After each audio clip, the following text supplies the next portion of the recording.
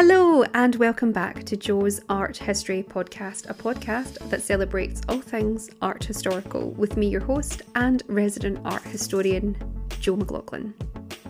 Hello and welcome back, and this week it is episode 63. We are absolutely flying through them now, and we are at the halfway point for season 3, which is very, very exciting. And this week I have an incredible episode for you all about the British landscape painter Fred Cuming.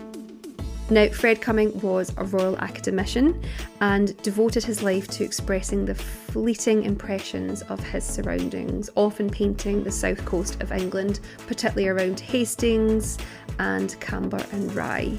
And his work is really about the responses to the moods and the atmospheres generated by the landscapes, still lifes, or interiors at times that he is looking and living within.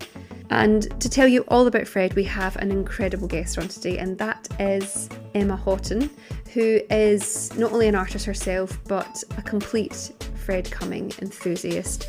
And this conversation was so wonderful for lots and lots of reasons. One, I actually didn't really know a lot about Fred Cuming, and actually I admit myself in the recording on several occasions that normally this type of landscape I would very much skip over and really wouldn't give it very much attention. But Emma's passion and love of Fred's work is too engaging not to completely capture your imagination and fall in love with Fred's work. So I want to thank Emma for just being so passionate about Fred's work and really allowing me to check my own bias in terms of art that I do and do not engage with. And yeah, I hope that you yourself will enjoy learning all about Fred. So without further ado, please sit back and relax as Emma and I discuss the wonderful works of Fred Cuming. Before I hit record, I said to you, and I feel like I say this to everybody, and I'm sort of like reassessing how much I actually know about art, that I had no idea about Fred Cuming, who we're going to speak about. And so first and foremost, thank you.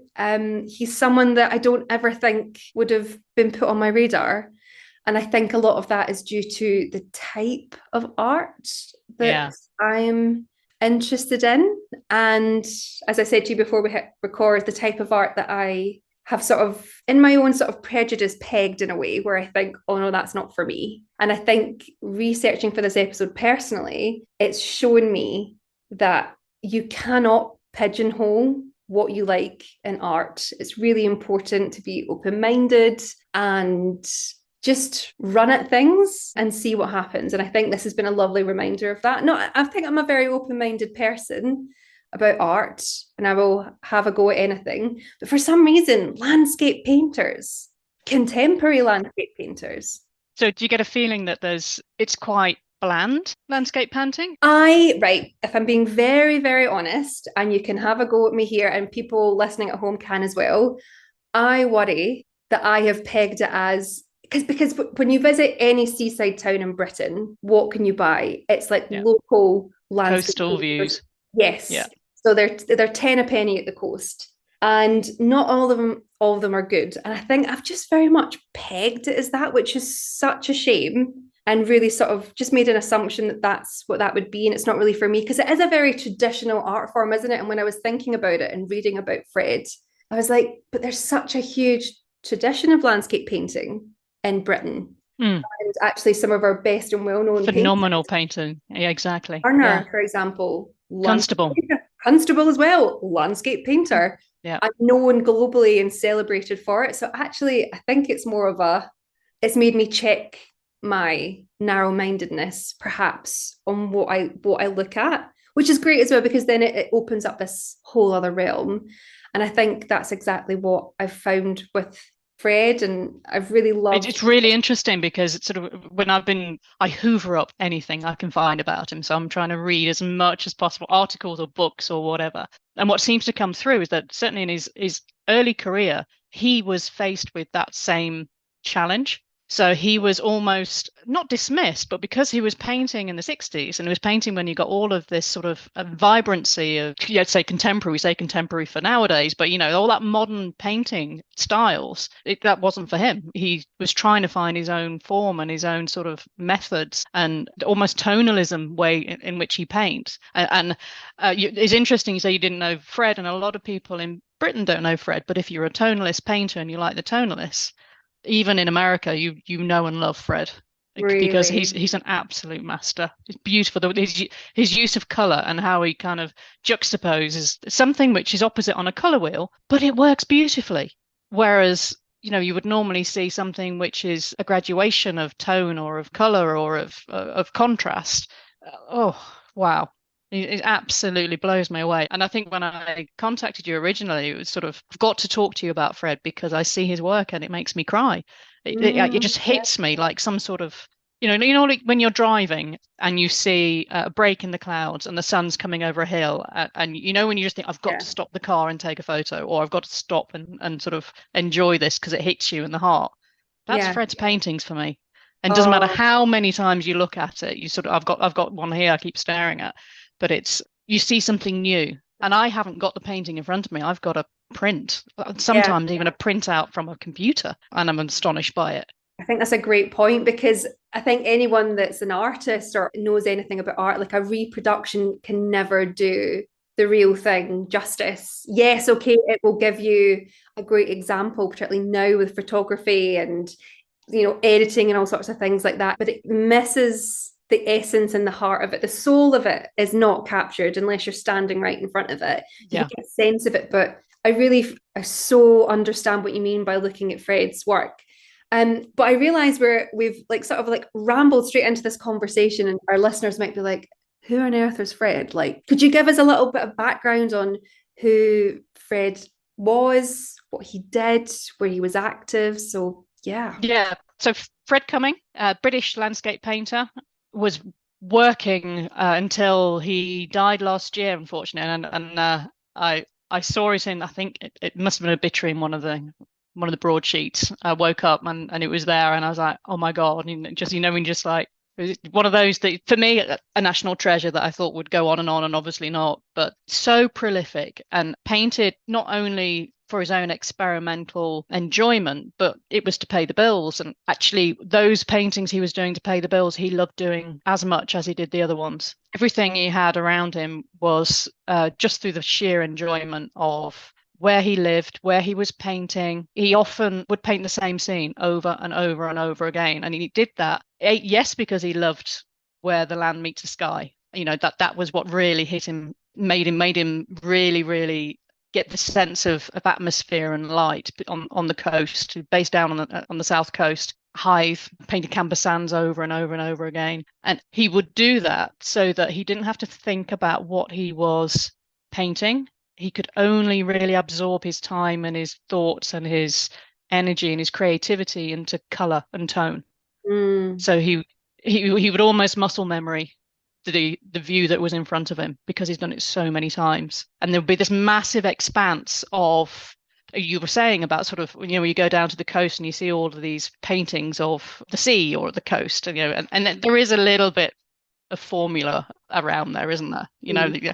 I think we could admit to that. But with Fred, it was sort of his use of his preferred palette that just hit the doming of the sky, the science of light, which I find fascinating. So, I paint, and I'm nowhere near Fred's quality at all, but I paint because of the science of it. I paint because it's like, how can you actually replicate through human hands what is out there in light? And actually, it can help you by understanding spectrums, by understanding how light works, how it reflects, how it changes when it hits an object. And that's how Fred painted. He did so many of the interior of his studio and looking out through the window. And you could see different warm temperatures and cool temperatures of the same color, but you knew it was inside and outside. I could talk for hours about his skills. Incredible, incredible guy. I think that's so beautifully put. And actually, it's reminded me of, we were chatting about it just very, very briefly. There's a fabulous video. So he was a Royal Academician. So for people that don't know what that is, he was a member of the Royal Academy of Arts. So you might see Fred Cuming RA. That means Royal Academician. And the RA in, I think, 2020 did a video series called Portrait of an Artist. And I'll leave a link to it in the show notes below because it's 10 minutes. And it's Fred speaking. And you don't really see Fred until right at the end. But and it's so funny when you were chatting there about the things that he loved, because I've gotten block capitals in my big bit of paper where I've been taking notes, and things that I wanted to say is loved being an artist, loved painting, loved the landscape, loved colour. And I think you really get a sense of that in this voiceover, this beautiful 10-minute long video. And I would thoroughly encourage everyone listening to give this a listen. And it's so visually beautiful and put together as well. And what you were saying there about looking, there was a fabulous quote that I'm going to play. So it's about 60 seconds long. And I flagged it because when I heard it, I was like, oh my gosh, that's lovely. And he was such a oh my God, such a poet. How he phrases his words in written and in speaking. You can truly visualize through words. You know, he's painting with those words, not just through his colors that he uses. And the way that he talks on this clip, and I've got 2 DVDs that I think you can still get from Jackson's Art. So 28 quid, honestly, go and just play them if you're interested in his work. But he was a teacher in the early part of his career just to help make ends meet, and he loved teaching, absolutely loved it. And it comes over so clearly that he just wants to share his knowledge, his generosity with that knowledge of how he achieves his methods, his techniques, his palette. It's a gift. It's beautiful. Okay, so I'm going to play a short clip on his thoughts on looking and seeing.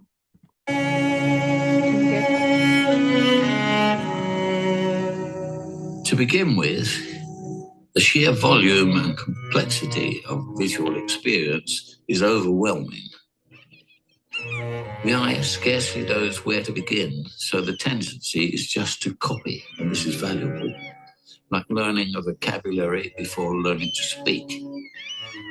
Yet it's astonishing how little we really take in of what we see, and how little we understand form and structure until we attempt to commit them to paper. The uneducated eye can judge distances, find and avoid objects, do all these things which we need to survive. But the artists are in another business altogether.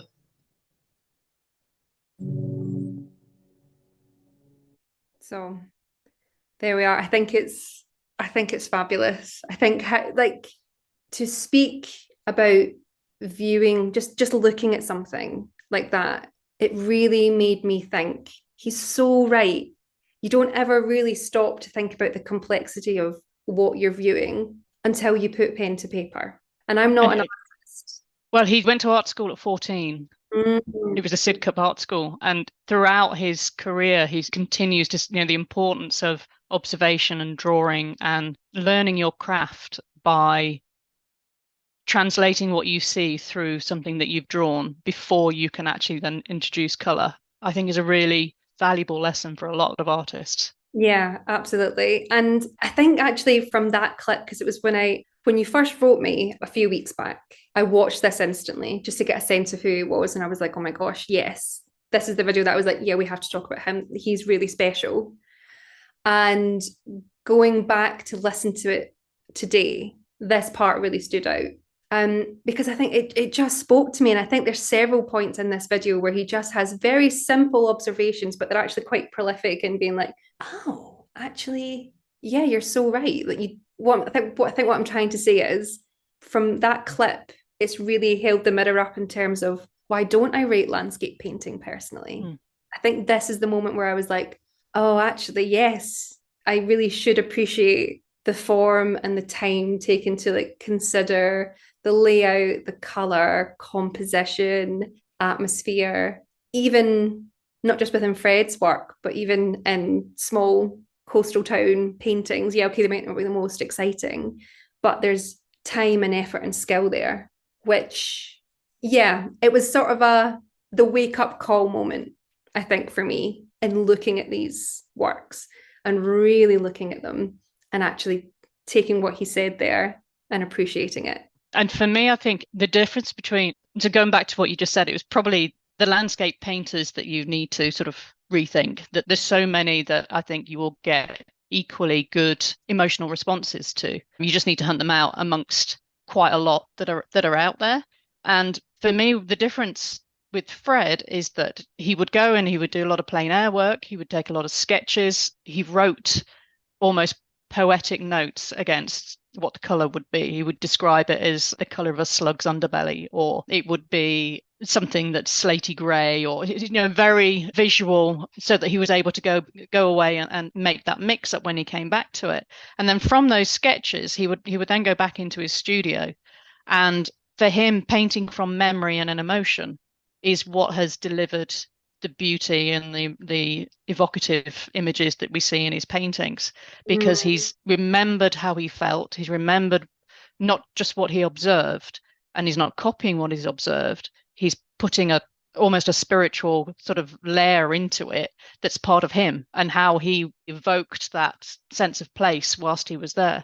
It's just wonderful. And the same scene that he would have with a slight change of colour palette, instantly it's sunrise, sunset, noon. And it's exactly the same. Same blues, same purples, but the temperature's different. So that it's obvious that it's the time of day that's there.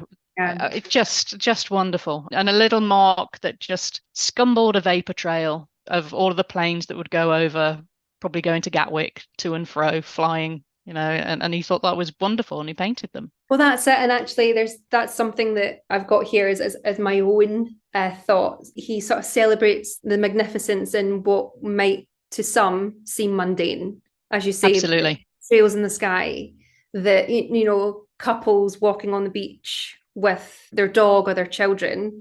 That's a scene you see over and over again. But he loved it, and he celebrated it, and he sort of elevated, I don't know, these just very normal moments and scenes, but in such a powerful, beautiful way through his mastery of light and colour. And you mentioning the sky and the sort of vapour trails there, that's I gave you the very difficult job of finding 3 works that we could use as sort of springboards in the conversation. And that's what you've just said there reminds me of one of the works that you have sent to me, which is called Camber Sands, which is on the coast, and it's this beautiful, beautiful coastal beach. And that's my favorite thing about this painting, is that you can see these vapor trails, these fleeting moments of existence, and he's just celebrating it. And I just think it's beautiful. It's lovely. The way that he has, just with what looks like a simple mark, it's a vapor trail, because it's going off into the distance. The perspective on it is incredible.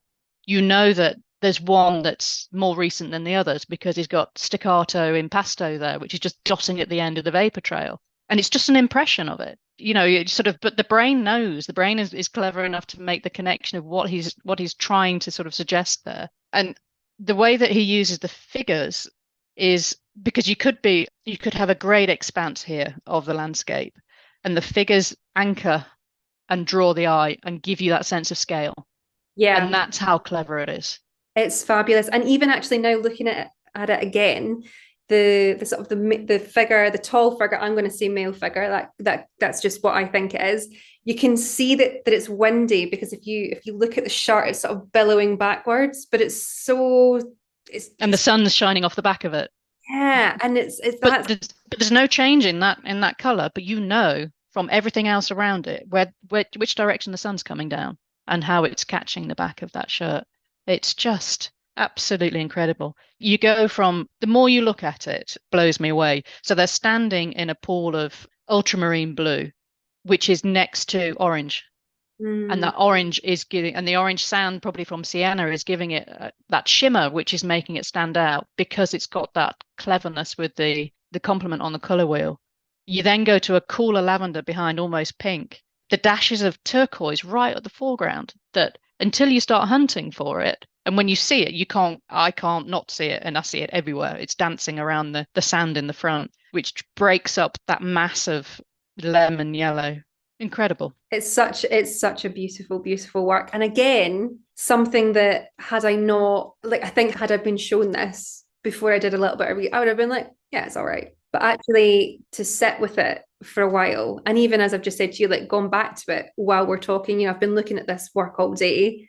I've now brought it back up onto our screen and I'm like, oh my God, I've just spotted something else that I really love. And it's the shark, or it's actually what it looks like is he's trying to capture that wonderful British seaside thing where it's exceptionally cloudy and you get sort of breaks in the cloud of the sun. Yeah, I think it's beautiful and something that I would not normally give the time of day to.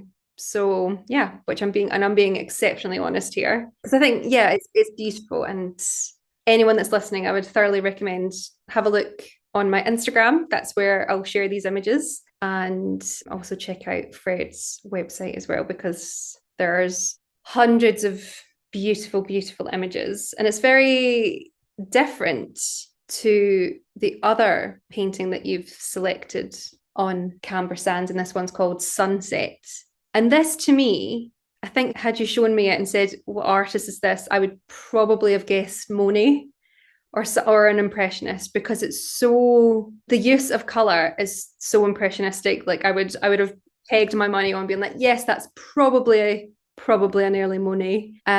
What was it about this work that you wanted, that attracted it to you? I think it was to demonstrate the difference of, so you've got the same scene, different time of day. You've got it at sunset. And again, this is one that lots of people, when they look at art, say, oh, I love the colours. And okay, you know, it's, yes, you can love the colours, and I do love the colours. But why do I? It is the fact that you've got the moodiness of twilight as it's coming down. And I know that because of the way that you've still got blue that you can see up there in the top left. And as you go further down, it's getting more and more, it's getting darker, it's getting desaturated, it's then turning to purples. You've got the sunset, which is using oranges and lemon, but it's not what you would traditionally, lots of artists, when they do a sunset, kind of do, red, orange, yellow, and it's quite vibrant. This is subtle. This is wonderful because it's blended. It is tonalism at its best. Until you actually then go down and you think, that's not a cloud. That's a silhouette of a hill on the other side of the cove that the sunset's behind. So you've got the lightest light against the darkest dark, which is starting to sort of come through and protrude. And then you think, okay, my eye's going to follow that yellow down and it's going to see the reflection in the sea, which is beautiful. Oh, hello. There's some figures there walking the dogs.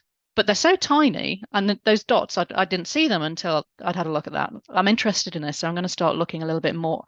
Oh, have you seen the moon? So the moon is just peeking behind a cloud. Oh my gosh. Yeah, you got it.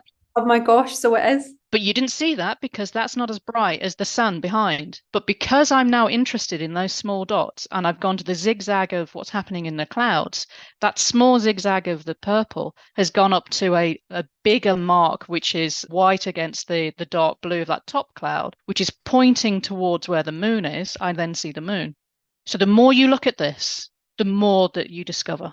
It's extraordinary. It's unbelievable. And I think it just shows you how much of a master he was at his craft. Like he just knew how to really push something, and just with the subtlest mark, you know what it is. Like the people on the beach walking with the dogs, that could very easily be mistaken for like a small rock formation or something if you just very quickly look at this. And you know there's two. So at first you think there's one, and then there's two because there's a little denim shirt behind that first one at the front. Little dash of cobalt blue. Assuming it's a denim shirt. It's fab. It's so beautiful. And again, as you say, it's exactly the same scene, which I didn't realise. I knew it was the same beach, but I wouldn't have thought it was the same. He's probably looking in the other direction, to be honest. Maybe, but yeah. But I'll take it. Oh yeah. It's wonderful. And Fred was known, like he's known as a landscape painter, but I did read very, very briefly. He did lots of other things as well. Like he was a Still life and interiors, and there's one of Stephen Hawkins that he did a few a few portraits. Yes, I had seen that just because he's got his estate have an Instagram account. It was Fred's Instagram, and this was interesting because I was like, when I started researching, I was like, well, okay, he was an RA, Royal Academician. Like there'll be a certain group of people that know him.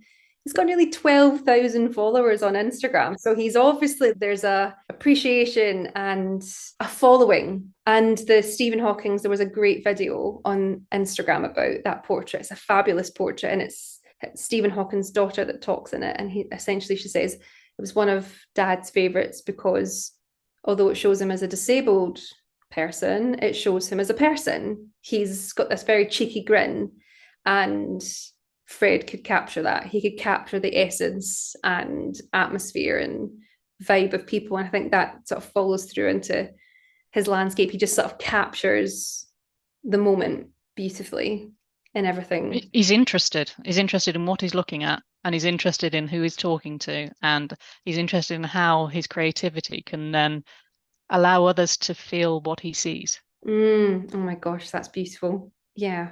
Oh. Do I remortgage to buy a painting? This is the question. Oh, do you have a painting or anything of Fred, or did you ever meet him? No. It was one of those things that I was like, yeah, I will. Of course I will. I'll do that. And then, yeah, I just, I definitely should have. He used to open his studio, well, by all accounts, visitors used to pop in, and if he was there, he would welcome them. He had a couple of secret ones for when he really wanted to go and paint and sort of focus, but he had these little studios dotted all over. Like we called them little sheds, I think. He just comes across as someone who loved life and loved people. And as we said, loved being an artist. And you get that from even the obituaries when I was reading them. Everyone was so devastated, but also so proud to have known a man like him, and his generosity in terms of being a friend and a father and a painter, a teacher. He seemed so special, and I'm so sad that I didn't know of him when he was alive, because it's something that I probably would have got in my car and gone, because he was such a character as well, and you can see that when he's being interviewed. Yeah, he'd have his easel, and on the DVDs you see him painting outside on his beloved sands all the time, and it's all kind of fixed to stop the wind blowing it away, and he's got this massive rag, and he's painting something, he doesn't like it, so he just rags it all off, and I'm sitting there thinking, no, because that was beautiful, but he's got rid of it, but he's still retained the ghost of what was there before, so he's able to use some of that for the way to make it, his color's going to work with the transparencies of the next one that he's going to put on top. But he wouldn't have liked the composition, so maybe there was too many people in there and too many dogs, so scrub them all out and away you go again. It's just such a character. In the RA video, he mentions that he is surrounded by works all the time in various stages of completion, and he loves that, and he doesn't have a set way of working, so to speak. He can start something, put it down for months and months, work on lots of other things, and then when he goes back to the one he was working on to begin with, he'll find that actually what he's been working on will now completely inform where he takes the previous work. And I love that there's an open-mindedness and a sense of riding the wave, no pun intended, speaking as a coastal painter, landscape painter. Yeah, he went with a gut feeling, and I think that's what's so special about it, and you can really see that, like everything was a feeling, and I love that. I really love that. I think that's very special. It's rare to be able to convey that in the paintings that you're doing. Is phenomenal. And I think the third one I sent you, which is Street Traders, is one that was new to me, actually. So I was doing I've had a lovely time these last few weeks, just doing, completely absorbing myself in Fred and doing as much research as possible. But Street Traders was absolutely new to me. And again, this is very, very different because I'm used to his landscapes. And here what we've got is a painting of a market stall with lots of energy. I think that's the only word I can use. So whereas with the previous ones, we've got lots of blending and evocative style, this is full of energy. You've got purples next, which is almost out of the tube and is rare. They're that saturated. They're so purple. The blue is so blue, which is framing the open side of a market stall that's got very clearly man-made electricity, which is the lighting. And you know it is because it's so pale, it's iridescent, and he's got that vibrancy. And it's the way that the yellow is again shimmering against the purple is making it just absolutely sing out. So for me, I look at this, I think it's probably raining. It's certainly cold. Interesting. I get the rain because of there's darker notes around it. And next to those darker notes, you see the white where the pedestrians are. I think they're puddles. So now that you've said that, I can see where yeah. It might not be, but to me, this is November. This is a market store that's selling goodness knows what. But I see tomatoes, I can see broccoli, I can see lettuce. I think I see a carrot. There are two figures serving behind the stall.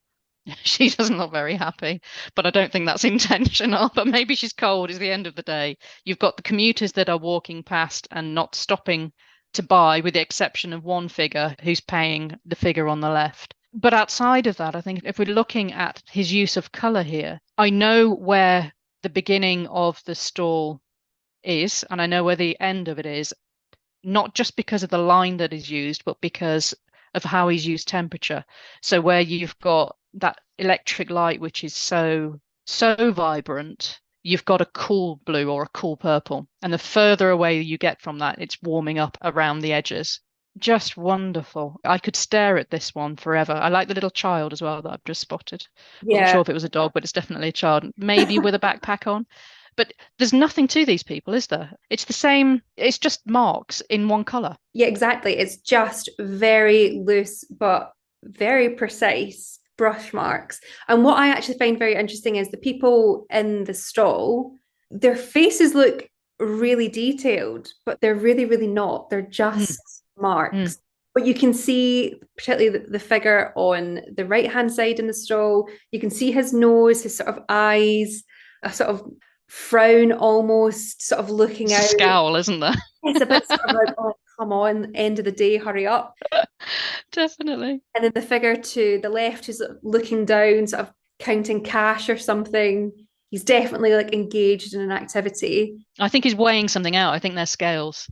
Ah. But again, it's sort of, you will see something different to me because that's the beauty of it, because none of it is defined. It is Impressionism. And, that's what he was very, very attracted to at the beginning of his career. And he's found his own way in that for me. The way that he's made little impressions of something for you and your brain to decide what you want it to be and to take enjoyment from it. It's fantastic. And this is, of the three, this is my favorite because there's so much to it. There's so much you can take from the color, from the composition, from the debate of what do you think they're selling, what time of day you think it is. But when before we hit record, I said to you, this I love because I feel like everyone can look at this and instantly be transported to this cold early evening in the winter where you're sort of bundled up and you're on your way home and you have to get some shopping. It's just wonderful. I think you can almost smell the veg, can't you? It entices you in with the way that it funnels in towards the open of the store. It's just so fantastic and a lovely contrast to his landscapes because he's not this one trick pony. He is someone that is genuinely exceptionally talented, and actually that's something else I've got here because as you said previously, he went to art school at 14, and I read that he was given a set of paints when he was 12 or 13 that he used on bits of cardboard. So I feel like he was born to do this. There was just something about where he was brought up and his love of observation, because really he's a master of observation and sort of celebrating that. Yeah, oh my God, the colours in this, I just think are fantastic. But this is from 1980. 1980. And you would look at that, and that's something that you would expect a talented painter to be producing now. What we're talking sort of 40 odd years ago. And it's so contemporary, it blows my mind. It's fantastic. And actually, now that you've said contemporary, it's reminded me that when I was looking at this and I was reading about Fred, and it said contemporary landscape painter or contemporary painter. And I was like, would I class Fred as a contemporary painter? And I absolutely, of course I would, but it made me sort of again check myself and be like, oh, why do I not think I would brand him as a contemporary painter? Because he is.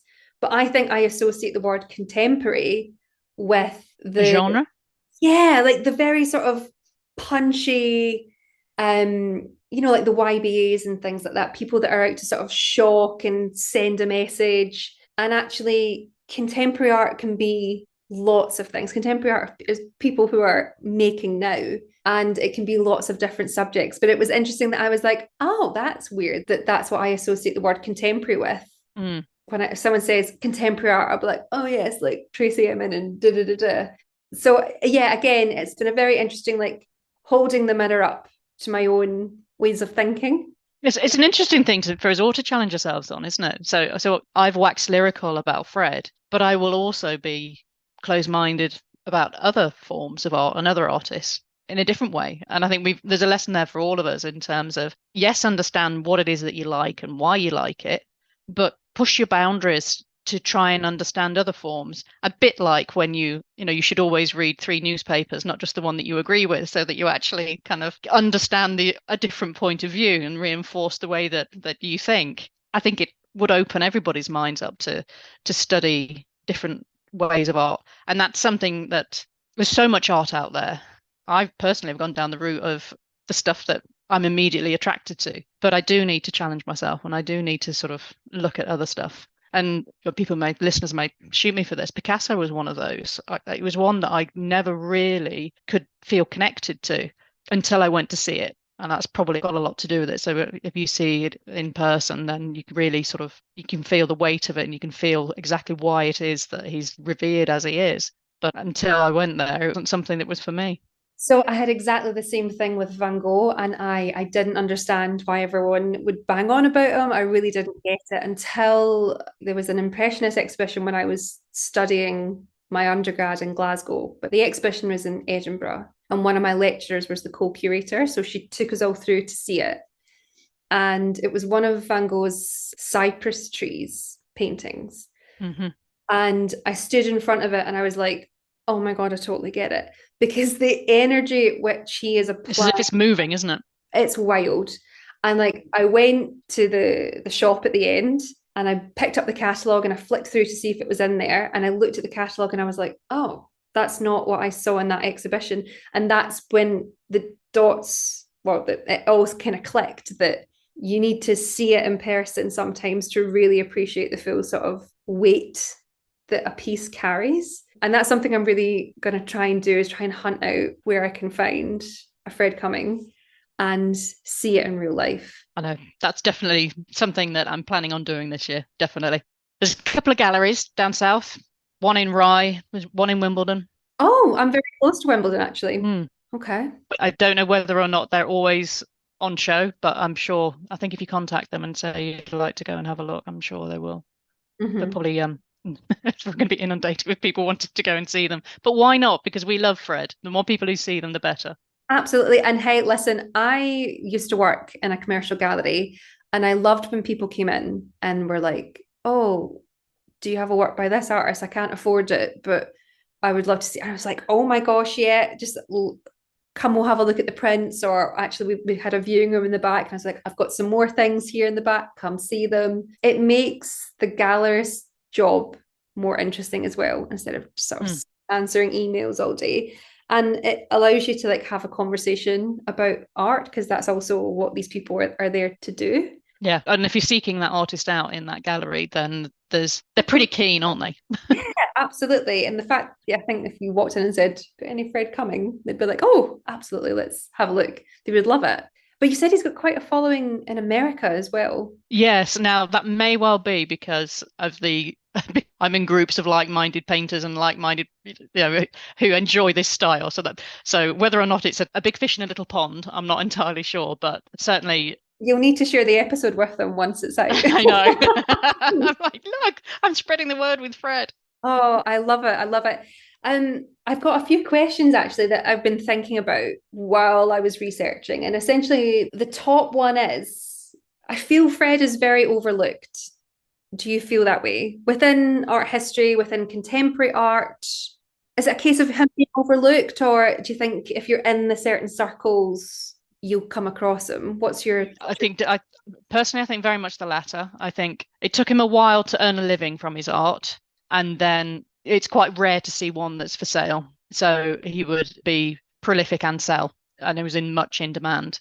So I think it's one of those that cult is the wrong word, but is the artist that if you know him and you love him, then he's huge in that group. But I do think that there's an awful lot that he can teach others who aren't aware of him about his composition and about how to mix color, about how to convey emotions and a sense of place. More people should just look at what he's done and dissect it, pull it apart, pick it apart, and your own painting will improve as a result.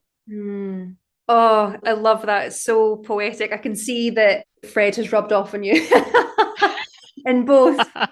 I've been absorbed. I think I've been inspired by his spirit over the last few weeks. But honestly, like, there's been about 4 or 5 times in the recording that you've said things, and I'm like, my God, she's so like poetic and like eloquent in her point. Oh gosh, absolutely.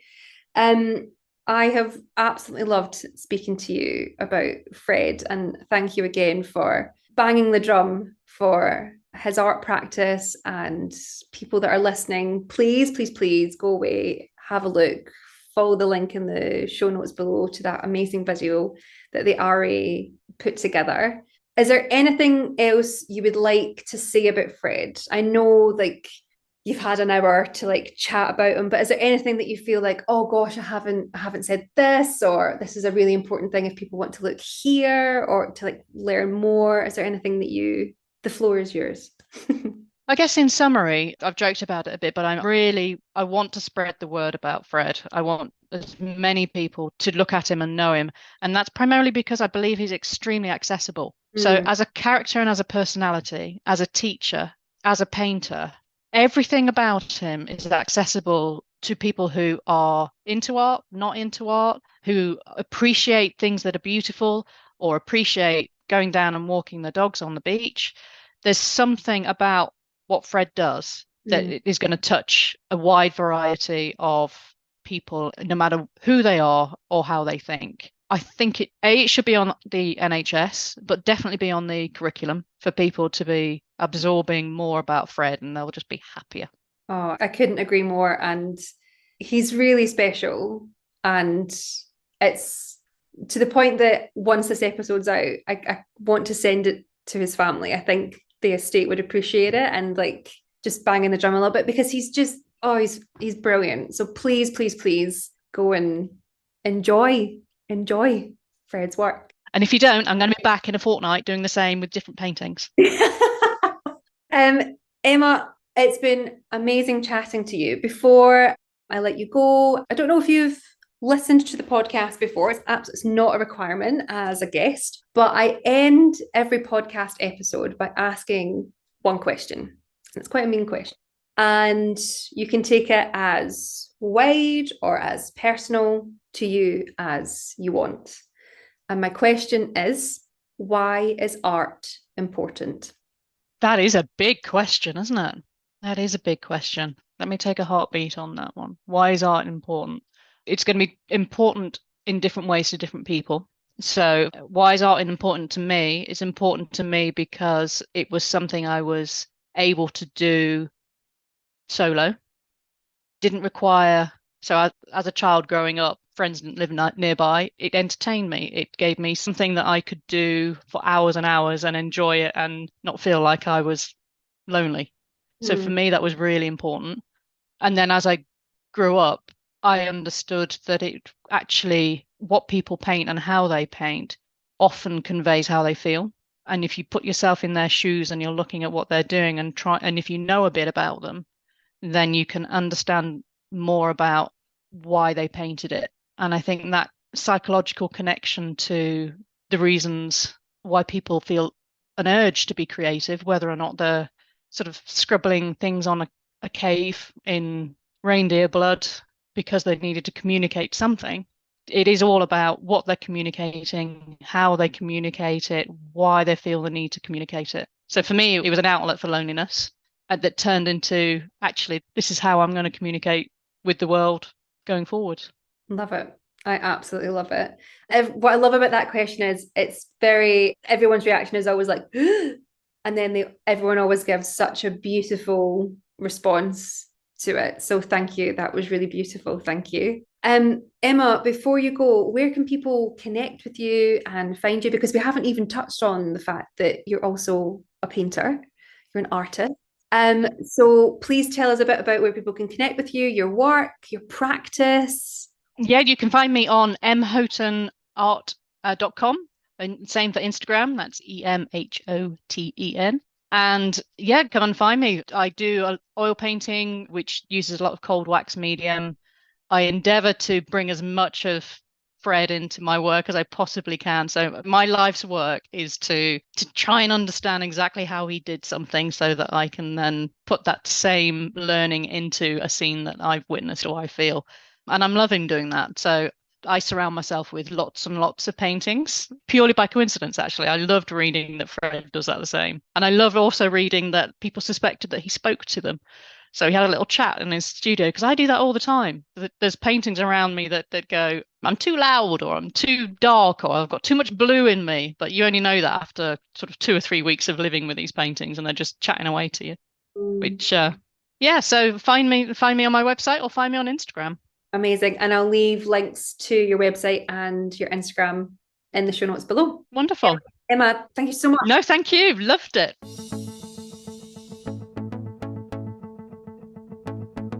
And there you have it, another episode of Jo's Art History podcast. If you've enjoyed the show, please make sure to like, rate and subscribe. It does really help in letting other people find us.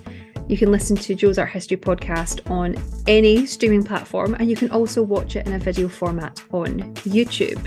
If you would like to support the podcast in any way, I have now released an Amazon wish list, which you can also find in the show notes below. This will allow you to donate in part or purchase in full an art historical text that is of interest to me and that will help in research towards future episodes. And it would be really wonderful if you've listened to quite a lot of these, if you could buy that as a way of marking patronage towards the podcast. That would be brilliant. If you would like to get in touch, please do. It's always lovely to hear from people. You can email me, joesarthistory@gmail.com, or you can get in touch with me via Instagram, which is @joesarthistory, or you can search for my name, Jo McLaughlin, via Instagram, and you will find me there. That's all we have from the podcast this week. Thank you so much for listening. Once again, I'll remind you to keep learning, and remember, art is for all. Bye.